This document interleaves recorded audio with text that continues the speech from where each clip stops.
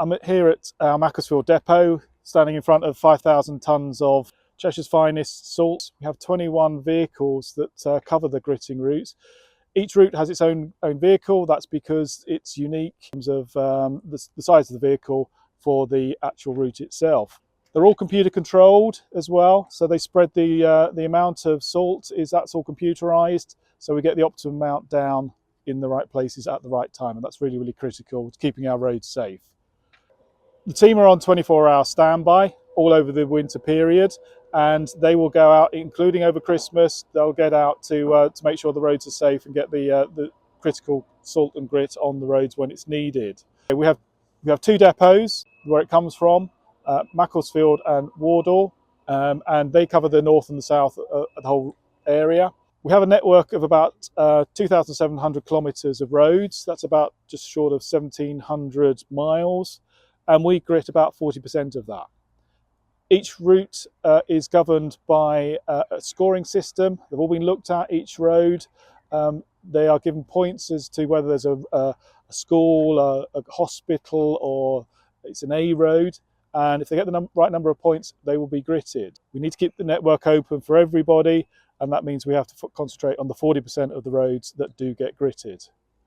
Sometimes our gritters leave our depots. They have to travel a number of miles before they start their route, and they might finish their route and they have to travel back to the depot, maybe to reload, or they're finishing their route. So sometimes you won't see a gritter that is operational on the network.